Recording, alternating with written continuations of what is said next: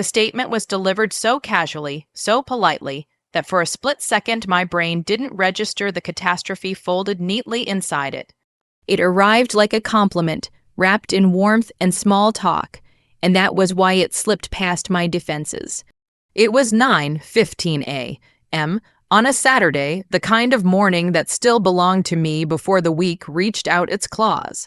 I was standing in line at El Bulangui on 4th Street, waiting for a box of raspberry almond croissants.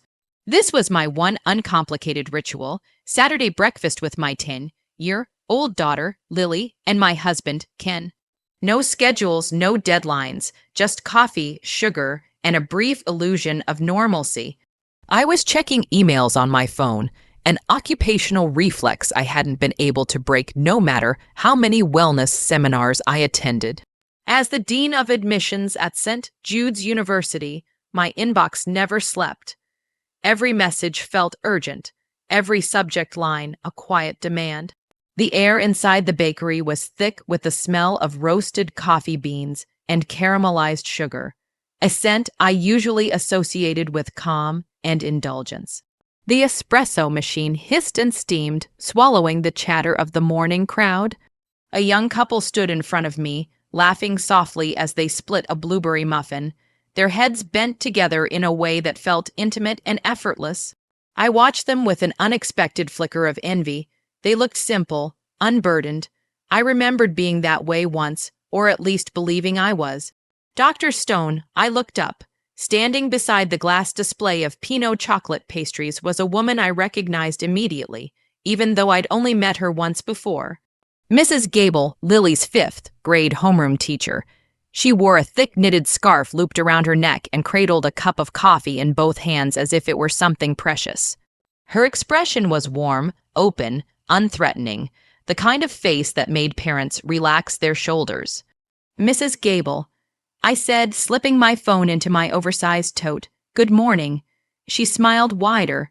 Please, Valerie, outside of school hours. Of course. I returned the smile easily.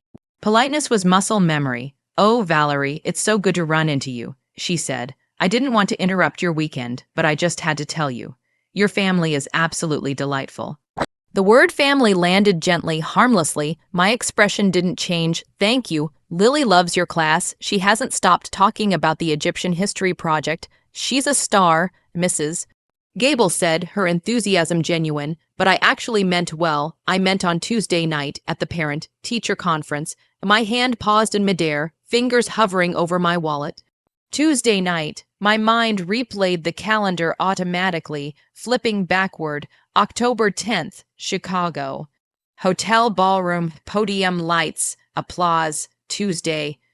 I repeated, my voice too calm, too carefully neutral. Yes, she continued, completely unaware. I know those conferences can run long, but honestly, sitting down with Ken and his wife was the highlight of my evening. You can just feel the love there, and Monica, she's wonderful. Seeing how involved she is with Lily's reading comprehension was really refreshing. It's rare to see a stepmother that engaged. Usually it's more complicated. The bakery seemed to shrink. The smell of butter and yeast turned heavy, cloying. The espresso machine faded into a high-pitched ring in my ears. Ken and his wife, stepmother, Monica, the words stacked on top of one another, refusing to make sense. I'm sorry, I said quietly. Who did you say was with Ken? Mrs. Gable frowned, confusion flickering across her face. Then she gave a small laugh. His wife, or partner, I suppose. I assumed wife, the blonde woman, Monica. I didn't know a Monica. I was Ken's wife. I had been for 14 years. On Tuesday night, I hadn't been sitting in a tiny classroom discussing phonics. I had been 300 miles away delivering a keynote speech to a room full of admissions professionals. Ken had told me not to worry about the conference. He'd told me he had it handled. Mrs. Gable's smile faltered as she studied my face. Is everything okay? I looked at her, this kind woman who had just detonated my life between a pastry case and a cappuccino. I forced my lips into a smile that felt brittle, stretched too thin, of course.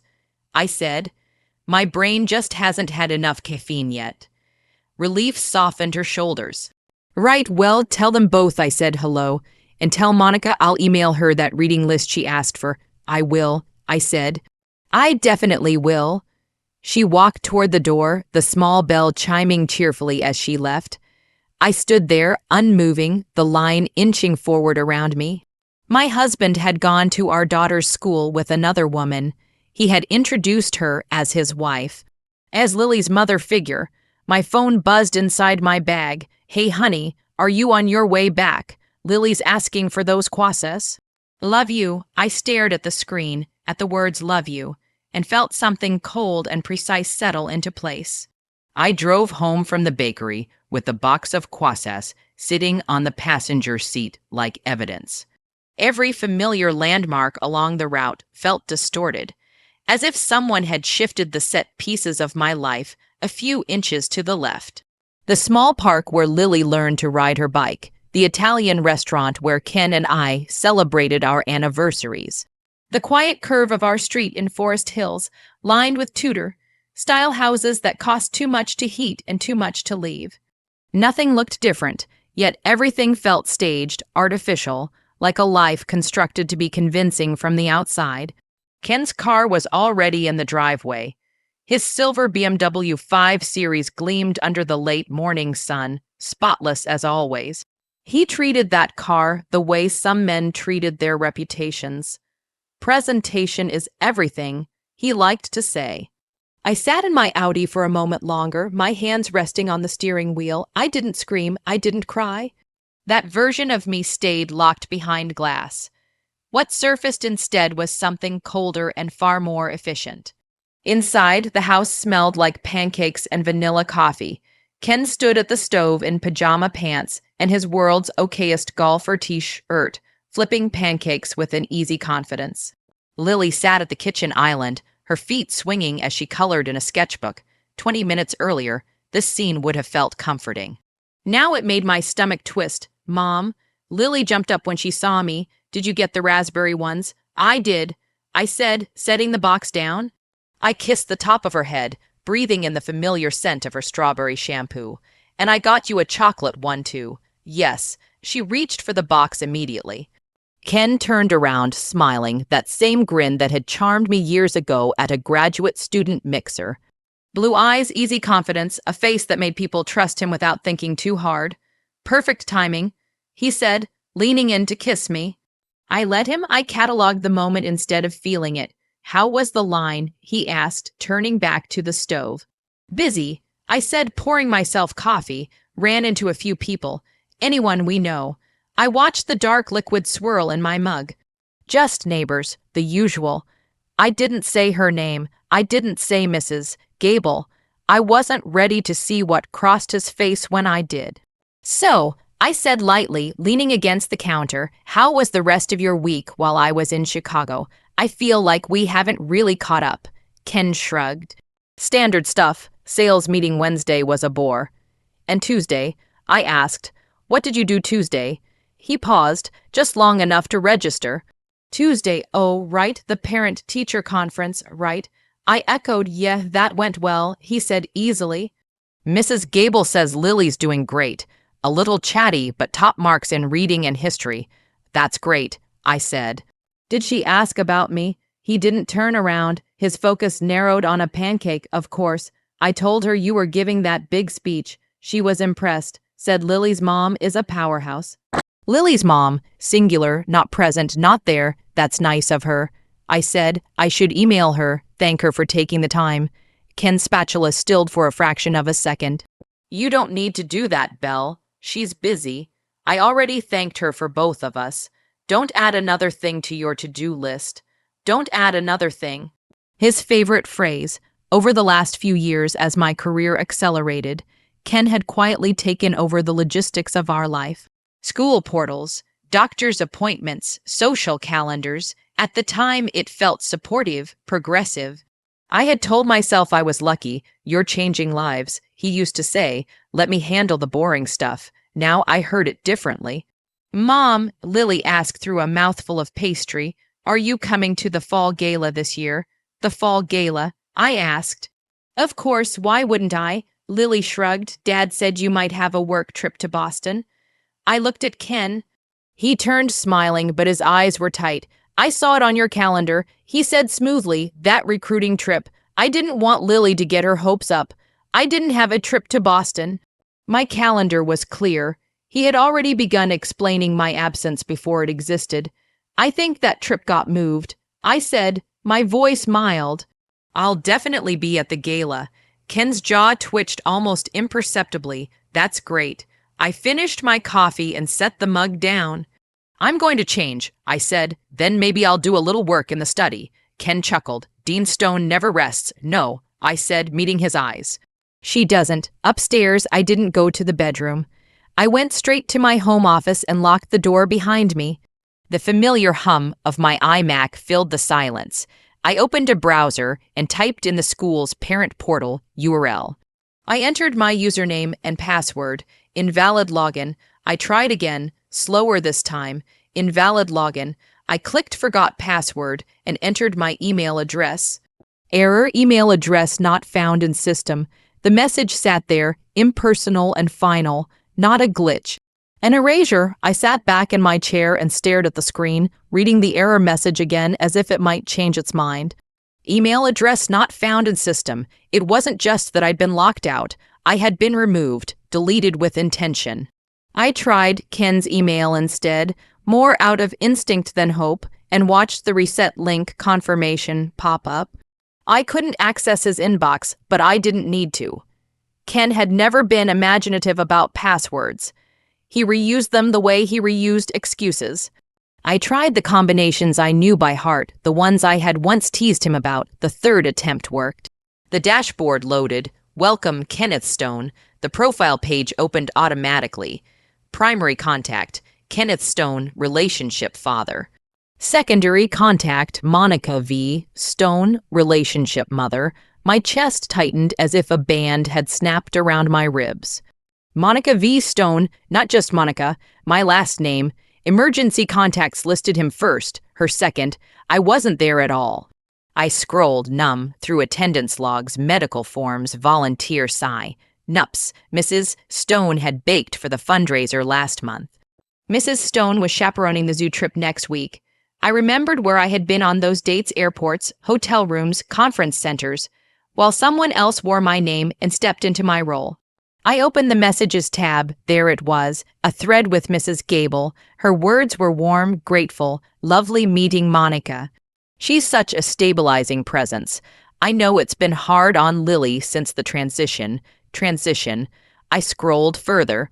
Ken's reply sat beneath it, casual and devastating. It's been a rough year with Val's condition worsening. Monica stepping in has really helped Lily cope with Val being absent. Condition, absent. The words blurred as my vision sharpened. He wasn't just lying. He was constructing a narrative where I was unstable, unreliable, conveniently unavailable. There was only one reason to do that: custody. Judges loved continuity, stability, paper trails, and Ken was creating one with precision. I closed the browser and reached for my phone. Veronica Sharp answered on the second ring. I didn't waste time on greetings. I need you, I said, and I need you angry. We met that afternoon, far from Forest Hills, in a dim wine bar where no one knew either of us.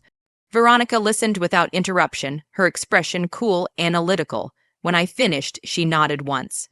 He's setting status quo, psychological parent strategy. He's positioning you as unfit before you even know there's a game. She's using my name, I said. Monica V. Stone, that's social fraud. Veronica said, messy but useful. We need to know who she is. How? She smiled, sharp and thin. I have a guy. Leo Rossi arrived 2 days later in a nondescript van that looked like it belonged to a cable repairman. He didn't look like a private investigator. He looked forgettable, which I realized was the point. Inside the van was a mobile command center of screens and cables. He set up in my kitchen like he'd done it 100 times before. If he connects devices here, I can pull logs, Leo said. Cloud backups, GPS payment trails. Do it, I said. 3 hours later, he turned his laptop toward me. A photo filled the screen, blonde, pretty, younger than me, the woman Mrs. Gable had described. Her name's not Monica, Leo said. It's Trina Vance. He clicked again, casting profiles, headshots, credits, local theater, commercials, background roles on network television.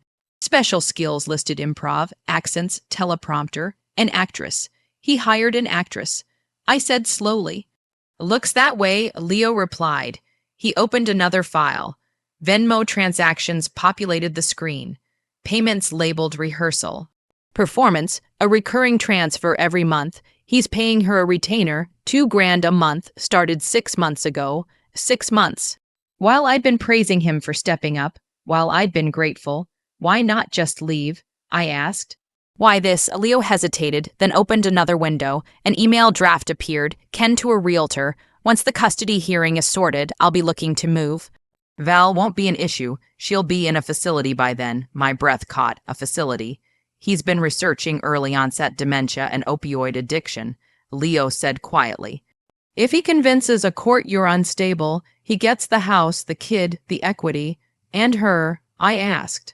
She's a prop, Leo said, a placeholder mother. Once he wins, she's expendable. He opened one last file. A shared calendar, bake sale prep, soccer practice, teacher meetings, color-coded, detailed. Trina wasn't just showing up. She was studying, learning Lily's schedule better than I did because for her, it was a job. A role she was paid to perfect.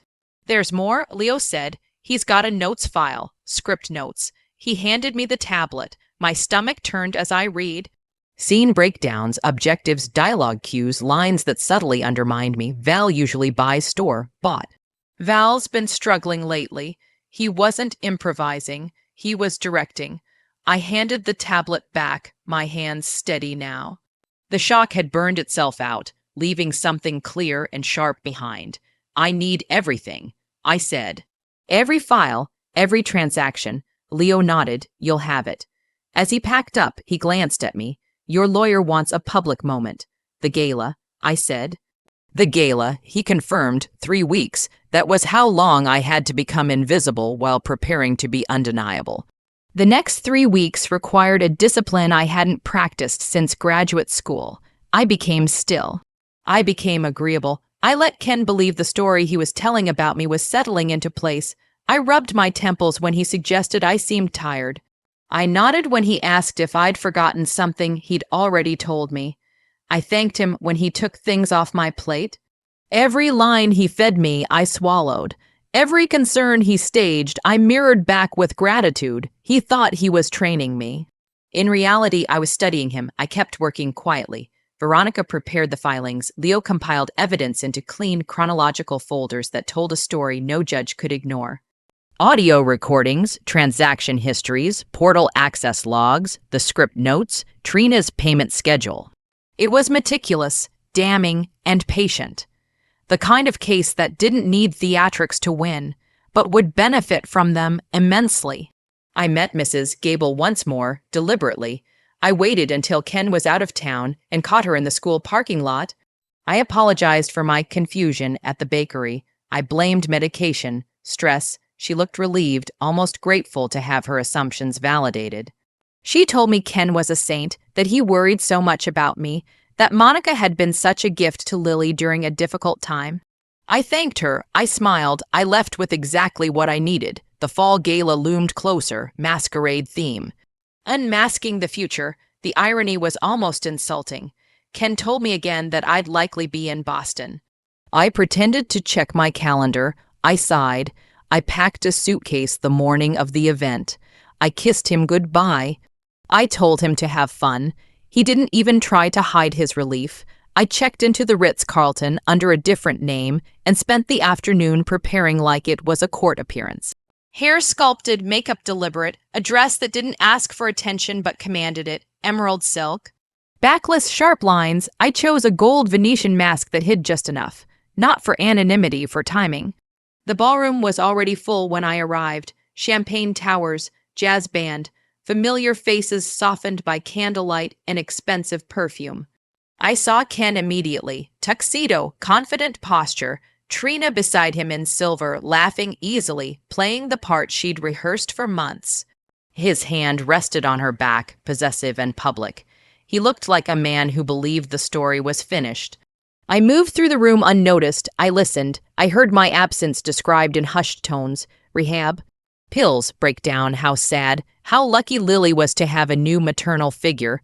Each word hardened something inside me, not into rage, but into resolve.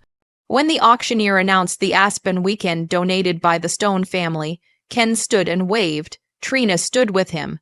Applause rippled through the room. That was the moment. I walked toward their table, heels striking marble. Conversations faltering, I stopped behind Ken's chair and leaned in close. "That's a beautiful dress, Monica," I said softly. "Is wife the role you're playing tonight, or do you get paid extra for the applause?" Ken froze. Trina turned, eyes wide behind her mask. He looked at me like he'd seen a ghost. I untied my mask and let it fall onto the table. The gasp was collective. Mrs. Gable's hand flew to her mouth. "Dr. Stone," she whispered, but Ken said that I was in a facility. I said calmly, "With a condition." I turned to Trina. I used her real name. I referenced her credits. I critiqued her performance. The color drained from her face. Ken tried to speak. I didn't let him. Veronica appeared at his side with surgical timing and served him divorce papers in front of half the school community. 2 uniformed officers stood nearby, silent but unmistakable. Trina pulled away from Ken's grasp and left the room without looking back. The perfect wife exited stage left. I addressed Mrs. Gable gently. I asked her to remove Monica Stone from the portal. I said the name clearly. "She doesn't exist." Mrs. Gable nodded, shaken, already understanding the gravity of her mistake. Ken collapsed into his chair. The whispers changed direction. Pity curdled into suspicion. Admiration turned to horror. I wished him a pleasant evening. I reminded him the Aspen trip was non-refundable. Then I walked out. The reckoning, the fallout, was swift and absolute. Ken tried to spin the narrative, but Leo released the recordings. Coaching sessions, payment discussions, lines rehearsed in his car. His employer terminated him for misuse of company funds. The court saw through the strategy in minutes. The judge called his actions calculated and grotesque. I was awarded the house, full custody, and the majority of our assets. Ken received supervised visitation and a restraining order. Trina settled out of court. She issued a public apology. Her career evaporated quietly. The hardest part was Lily. I told her the truth in language she could hold. She cried. She asked why Daddy said I was sick. I told her sometimes adults choose winning over honesty. Therapy helped. Time helped more. Consistency healed what manipulation tried to fracture. Years passed. It's Saturday again. I buy raspberry almond croissants. Mrs. Gable still teaches. Lily is older now, taller, sharper, grounded. We live in a different house, one without echoes. Ken sells used cars in Florida. He watches my life from a distance. I let him. Some people don't deserve forgiveness. They deserve clarity, and I live very clearly now.